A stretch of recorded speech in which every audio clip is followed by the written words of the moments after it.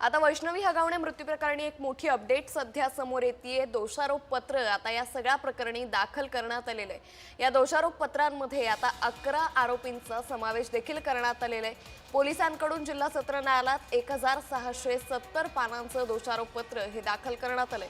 या दोषारोप पत्रात एकूण 11 जणांना आरोपी करण्यात आले। वैष्णवीची सासू, सासरा, नवरा, दीर, नणंद यांच्यासह 5 जणांचा समावेश करण्यात आलेला आहे। या संदर्भात अधिक माहिती घेऊयात आमचे प्रतिनिधी रोहन कदम यांच्याकडून। रोहन, वैष्णवी हगवणे प्रकरणात दोषारोप पत्र दाखल करण्यात आले, काय अधिक तपशील?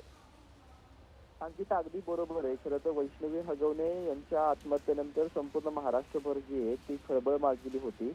या सगळ्या प्रकरणामध्ये वैष्णवी हगवणे जे सासरे असेल, सासू असेल, नवरा, दीर, नणंद या सगळ्यांना जी आहे ती अटक केलेली आहे। आणि यामध्ये या सासऱ्याला आणि दिराला जे पळून जाण्यासाठी मदत केलेली होती त्या लोकांना देखील अटक केलेली होती, त्यांना जामीन मिळाला होता। पण बाकीचे सगळेजण अटकेत आहेत। निलेश चव्हाण आणि वैष्णवी हगवणे हिचं बाळ जे आहे ते घेऊन गेलेला होता, त्या प्रकरणी निलेश चव्हाणला देखील अटक जी आहे ती केलेली आहे।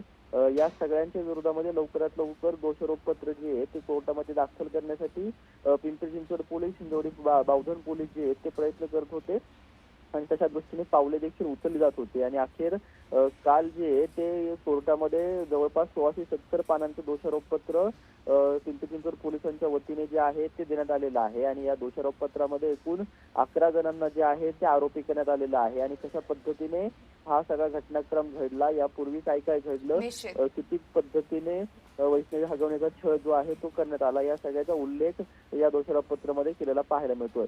निश्चित, धन्यवाद रोहन आपण दिलेल्या सविस्तर माहितीसाठी।